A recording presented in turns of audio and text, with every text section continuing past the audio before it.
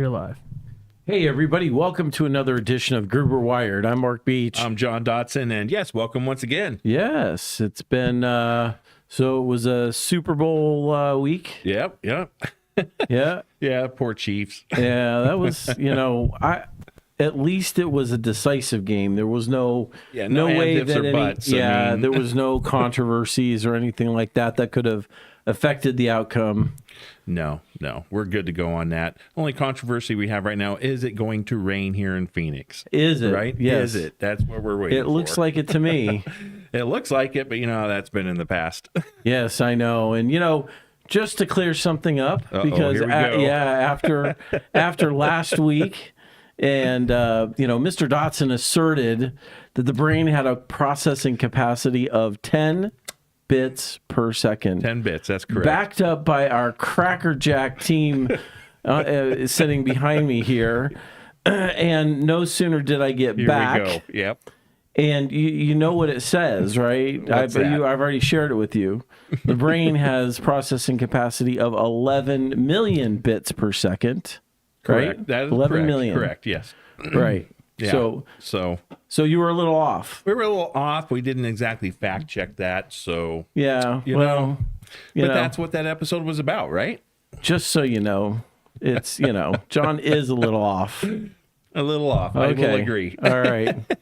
Thanks, Mark. Appreciate that. Well, So I just want to clear the air. Look. People respect the podcast. They need factual information, so I thought I'd bring it to them. There we go. It's my fault for not looking it up on the phone while we were on the podcast. Your fault. That would have taken care of it right then. But I thought that our Cracker Jack team in the back there had my back. But you hear this, Cass? I like Cracker Jacks. They're yummy.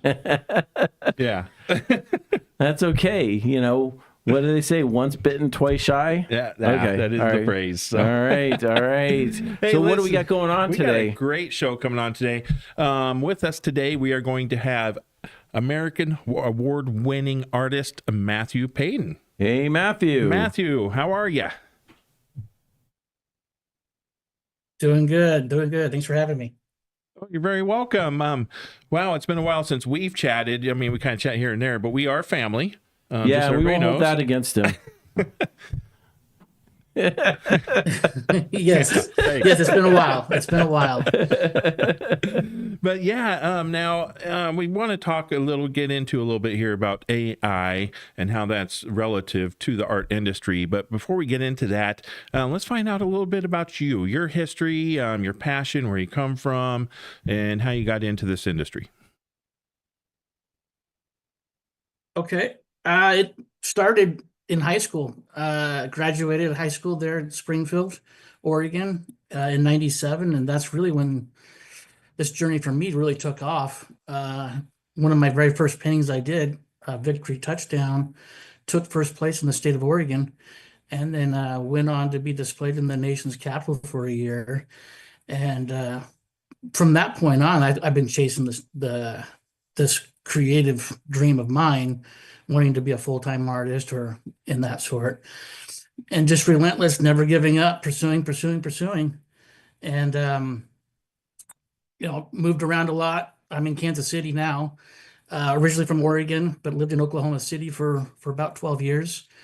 Went to art school in Arizona, Phoenix, back in the early 2000s. And, man, it's been a journey.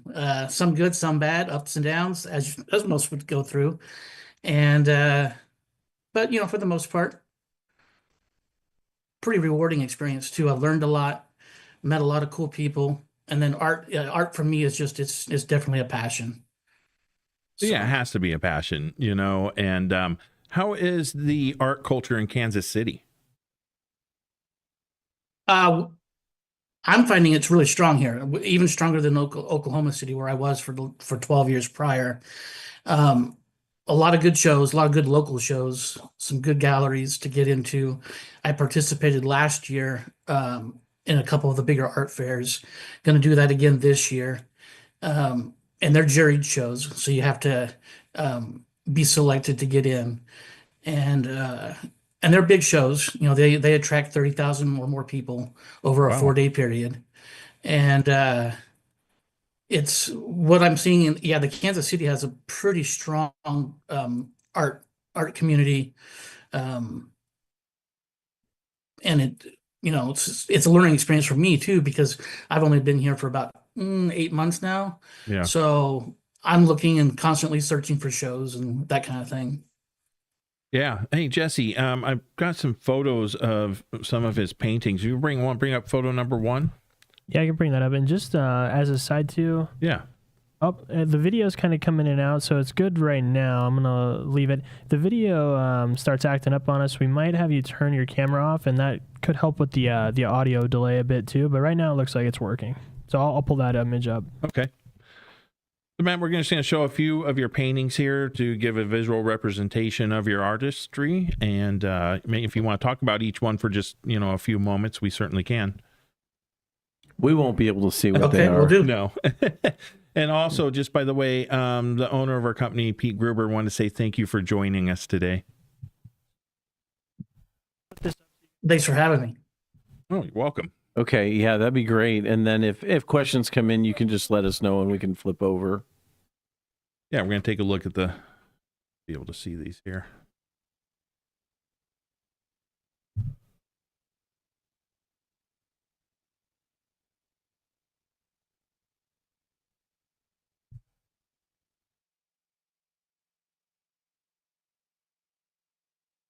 So while we're waiting, Matt, what are you working on now?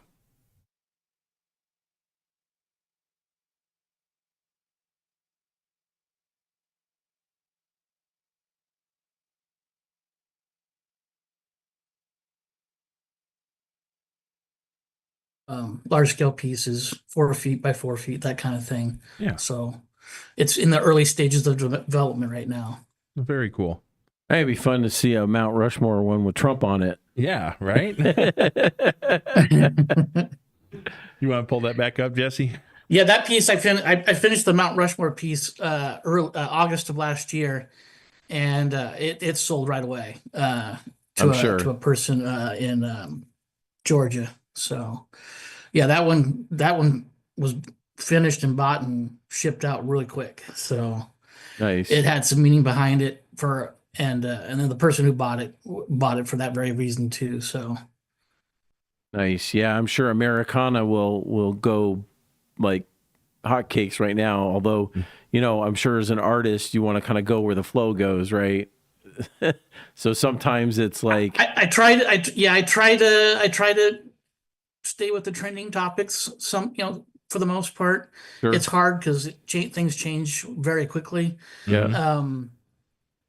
When you're talking trending sort of subjects and whatnot, I do a lot of celebrity portraits, just mainly because that's an interest of my own interest, and then the style that you see my work in is known as spontaneous realism, which is just an abstract realism, and it's very colorful and it's all very loose and dynamic. So there's an abstract quality to it, but there's still a realism quality in that you can tell who the subjects are. So Sure. that's the style I paint in. So How about photo number 2, Jesse?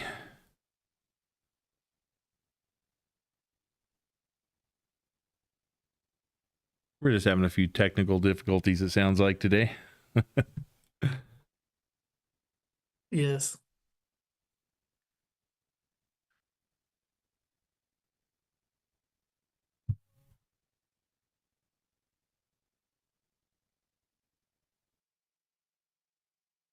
Yep, that was Mount Rushmore.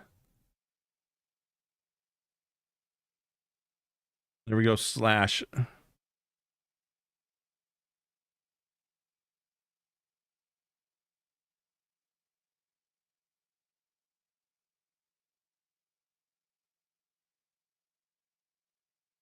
Very cool. Nice.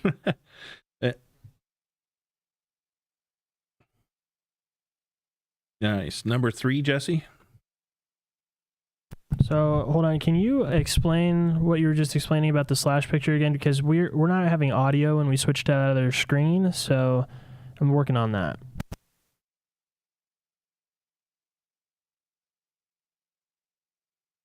and it's also sold in with its new owner in Oklahoma City, and it's a very large scale piece, 4 feet by 3 feet, acrylic on canvas. Very cool. Are we good, Jesse? We're just having some audio issues. Huh? We're working on this, Matthew, if you can hear us. I can hear you guys. There's a bit of a delay, but I can hear you. All right. What about this piece?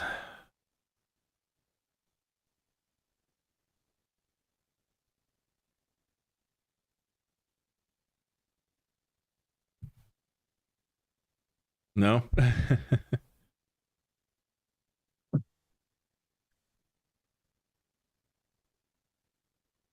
Okay, so we'll just go into our topic. Just having some issues, Matthew, in Sounds regards good. to putting those up there. So we're going to go into the topics today and just go there and get on basis with those. So the real reason you're on today is talk about AI versus art and how AI is coming into more of Yes. a realistic approach of almost to, I guess, the pros and cons, invading artwork, but also helping to encourage artwork as well. Yes. Yeah, AI is obviously a very strong component out there right now. You see a lot of it, especially on the social media channels.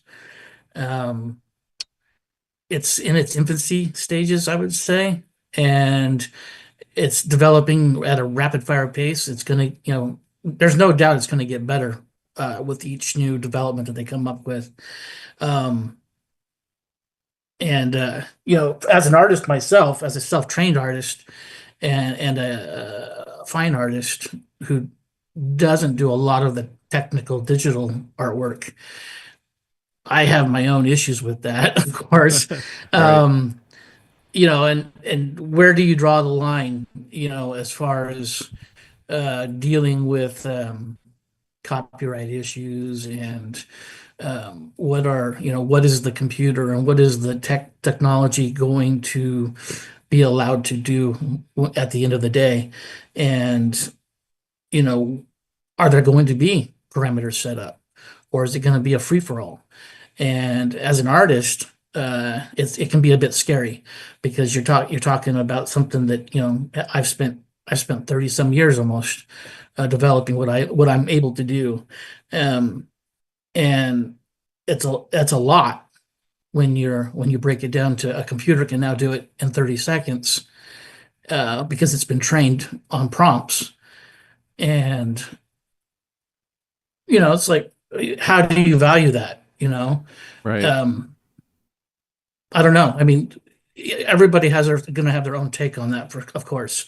Sure Some they pros, are. some cons. And really, you've had to deal with it for a long time, I'm sure, because Photoshop's been around forever, and there's a lot of filtering that people can use, and there are actual artists who only work in Photoshop, and they create their Oh yeah. and it's quite a bit different as far as I think the talent set, doing things analog like you're doing them, is, historically what an artist is thought of as. But, now you've got these Photoshop artists who really, I mean, there's some pretty interesting stuff out there.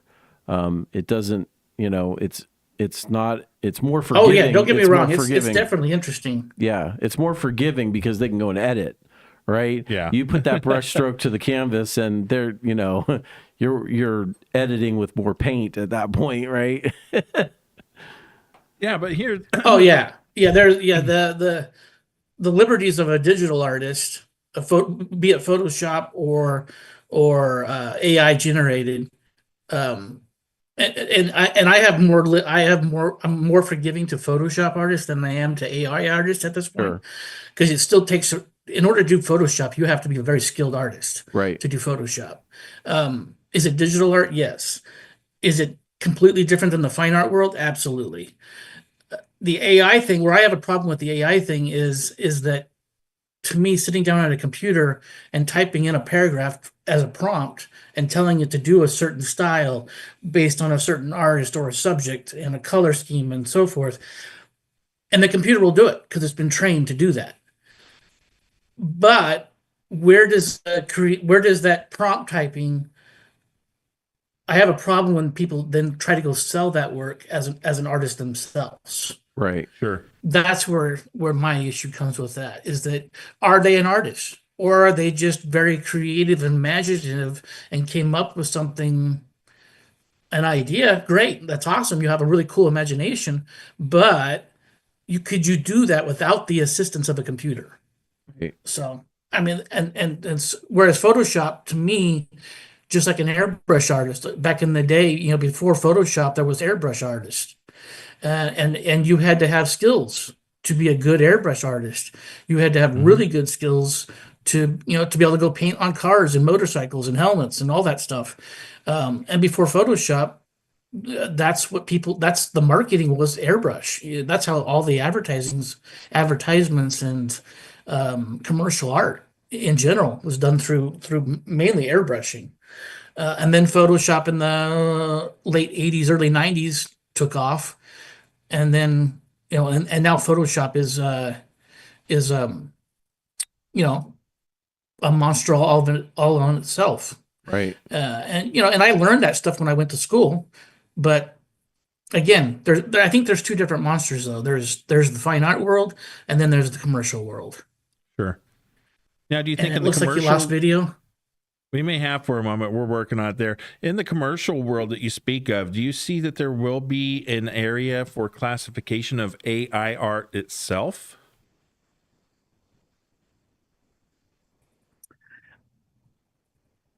I do see it going there. Yes, I see that there will be probably a category or in and of itself that'll be, and that I won't have a problem with if there's a separation, and they have their own category. Sure, then it. But if they're going to market AI work as traditional paintings, Yeah, no. because right now we're not seeing that.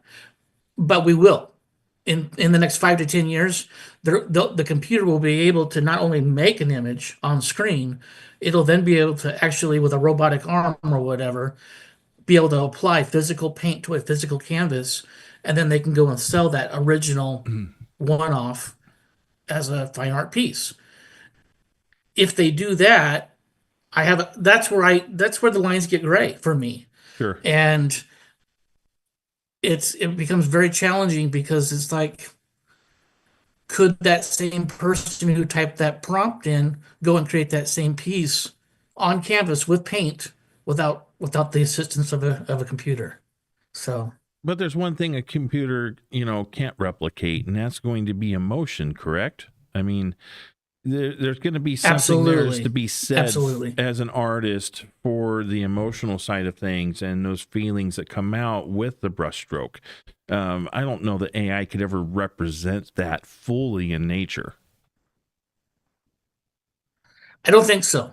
I don't think so. Not, at least not right now. Yeah. Maybe 10, 15, 20 years from now, as technology, as we all know, technology completely changes every year. And will they eventually be able to, as science fiction as this might sound, tap in and to an artist and get that emotional connection? Maybe. I don't know. But right now, no, I don't think we can see that right now. But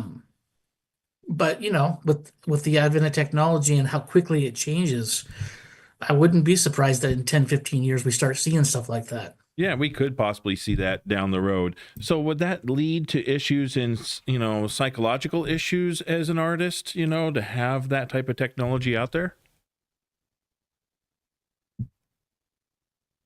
Could very well. I mean, again, I think as this technology develops and becomes more prominent in the commercial world, we're going to have to set up parameters, boundaries, of what's going to be allowed and what's not going to be allowed. Whose job is that going to be to police that? Is it going to be the art galleries? Is it going to be the art schools? Is it, the artists themselves going to police that? So because there's so many infinite different variations and options that come with that scenario, that it's not just a definite black and white answer. Yeah. No, definitely not. Yeah, so kind of veering a little bit into your work. So have you ever, because I know some artists who do painted work also do, I think they're called giclées of their art, right? And sell those. Yes, and those are fine. Yeah, fine art prints, which I do that as well. Okay. And hold on one second. Okay. Yes, I create G clays, and those are typically limited edition fine art prints, Right. and that is all digital, of course. Digital printing, digital cameras, or the image is scanned on a very high res flatbed scanner, and it's just what it is it's an additional revenue source for an artist. Sure. Once you sell your original, then your original's gone. And if it sells for 1,500, 2,000, 5,000, whatever it sells for, that's all. That's all you're gonna make as an artist. Where I can make more money on the flip side of that is to sell prints. And they typically a very high end G clay, you can sell them for 100, 150, $200 a piece, depending on size. Right. Nice. And then, of course, you have a limited quantity, typically in the $50 to $100, not $100, but 50 to 100 count range. So To create that but scarcity. that's all sure. digital too. So, Right. Yeah. Yep, and That's I know cool. it's a useful tool, and like you said, it enhances the revenue stream, so that you get a little more bang for the buck, as it were. You get more yield out of your time by being able to, and more people can appreciate your art as well. More people have a chance to hang it in their house, even though it's not the original. It is limited edition print, and I know that has value. Right. Yeah. What about taking and selling your personal AI rights as a revenue stream, in regards to your artwork? Well, that's an interesting take. I haven't really thought about that. Again, that is an interesting scenario. I'm That'd have not to quite be a sure big how you would check. do that. If you could copyright Right? prompts, maybe. Yeah, that'd have to be a big check. I'm not. Yeah, I haven't really thought about that because I don't play around with it too much. As far as the digital art world goes, but that's an interesting concept, because can you copyright a prompt? Right now, I don't think you can. Will you be able to in the future? Maybe, if they rewrite the laws and so forth. Because right now, my understanding is that AI and the prompts that go into creating these images, because the material is sourced by scraping images already on the internet, they're not copyrightable. So it's Gotcha. open source, Right. meaning that anybody and everybody has the ability to use those images over and over and over again. Will there be someday? Will there be copyrighted prompts?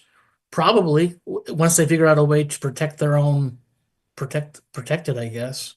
Well, I would think that not the prompts would be copyrighted, but I would think that they could create specific AI models or modules based on style. So you don't need a huge module that knows everything. What you need is a module program to say paint like Da Vinci, and so all the art you create with that particular module comes out in that style. So I could see an artist having their own AI module that then becomes their art in their style. through it learning about other art that you've created. Interesting. I could see Right? that. Yeah, because the That's prompts. interesting. Yeah, the I prompts. could see that too. Sure. Yeah, because prompts, it'd be like an add-in or it'd be like a plug-in almost, as opposed to built into an open source model.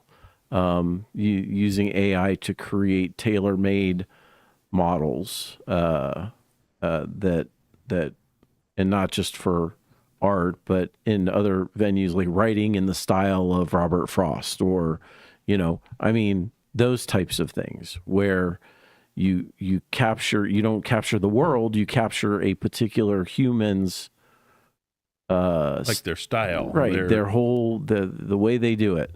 And it knows everything about everything that somebody's ever written, and so it can construct it based on that. I would think that would be a way to go, and that would be a way to monetize AI without selling your soul, as it were, right? Yeah. Yeah. I mean, again, I think there's going to have to be some gatekeepers that happen in that process, because you mentioned style. What's to stop somebody from wanting to paint in a Picasso style, Right. or or writing. Let's use writing for example. Tarantino, one of my favorite filmmakers. Mm-hmm. He's got a very stylistic style of writing and directing. But if in the AI world, if I go into the computer and say, write me a screenplay done in Tarantino style, the computer will do it, Right. Yeah. because it knows exactly how to write in Tarantino style, because it's been fed that information over and over. But does that make me as good as Tarantino? No, I don't Right. believe it does. Because now I might have a good concept or a story, but I'm piggybacking off of somebody who's Tarantino, for example. Bad analogy or not, but no, it becomes very challenging to me, because it's like, not there's very few people that can do what Tarantino does. Same thing in the art world. Yeah. Very few people can do and get to that high end where their paintings are selling for 20, 30, 40,000, $50,000. Very few people make that. I mean, it would be a dream. It would be nice if it happened, but it's like being an athlete, a professional football player that makes $1 million contracts or more. Very few are ever given that option, that opportunity to do that. Yeah. Hey, Matt, my mom chimed in. She said that they really enjoy the painting that you had done for them that we had made. Oh, from a few years ago? Yeah. Yeah. They really enjoy it to this day. Yeah. I'm glad that they really like it. It's been a long time since I've seen it, everybody over there, and I was really, and that's a smaller piece that I did a few years ago. But yeah, that was fun. That was a fun piece to do. Great. Well, I think we're kind of reaching the end of the road here, right? Well, do you guys want to go through those pictures? We had some technical difficulties. So yeah, we we'll can run through go a these little over if paintings you want. again here real briefly, just so people get an idea of your artwork. I know we showed the Mount Rushmore, the Slash. We have this here, the Sunset one. What about this here, Matt? What can you tell us about this painting?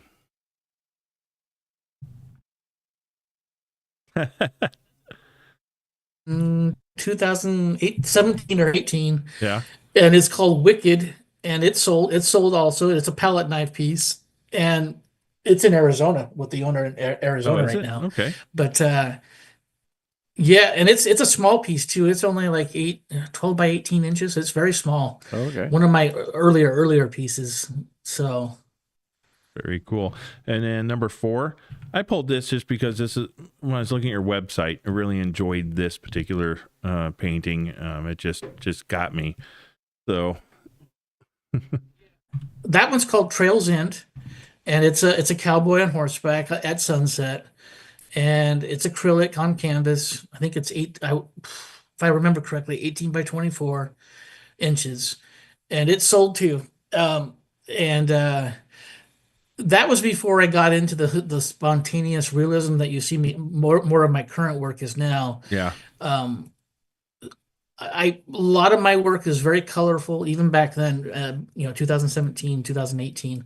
Um, I wasn't doing palette knife work back then like I am today. Hmm. So that Trails In piece was all done with brush. And I don't know, for me, I have a fascination with Westerns and stuff. So I do a lot of Western type movie stuff and cowboy type stuff. So um, it's one of my more favorite subjects besides celebrity portraits. Sure. Well, we are about to the end of the show. So, Matt, one thing to those who are inspiring to be artists out there in the world, what would be the one piece of advice you would give to someone who's young, aspiring, and really wants to look at, just the future of art? Man, never give up. Constantly chase the dream. And it's going to be challenging. You're going to hit hurdles that just make it seem impossible at times, and people will tell you to stop or go get a real job, or Yeah. I can't tell you how many different things I've heard over my life, but it's never give up. I mean, you have to be realistic about some things, but never give up. Perseverance pays off, and uh, and fight. You got to fight for what you want, and if you want it bad enough, you'll get it. So. Sure. Well, as we say our goodbyes here, if you want to pull up picture number 5, to everybody out there, this is all of Matt's contact information. Feel free to reach out to him, whether it's give him a call, be able to send him an email. Check out his website as well. Absolutely. Yeah. I mean, he does custom, creations. So, maybe you get a couple customers out of this. Yeah. That'd be great. That would be great. I hope it would be nice to get a couple commissions. There you go. Yeah, it would be nice to get a couple commissions. I do appreciate this interview, and thanks for having me, guys. Yes, thank you, Matt. Appreciate it. Great. Well, that wraps up another week of Gruber Wire. Now, next week, we have Steve Spoons coming on with Quabbin Cable. They are one of our suppliers and our main supplier, I should say, of cat cabling that we use here in our cable assembly house to make our wonderful patch cables. Yep. And so we're excited to have him back on. We had him on early on in the podcast. It's been about a year and a half, right? Yeah, it's been a little while. Yeah. Yeah. So we're going to catch up with him, find out what he's been up to. And that, again, will be next Thursday at 3 o'clock Arizona time. So for now, I'm Mark Beach. I'm John Dotson. Thank you. Have a great one.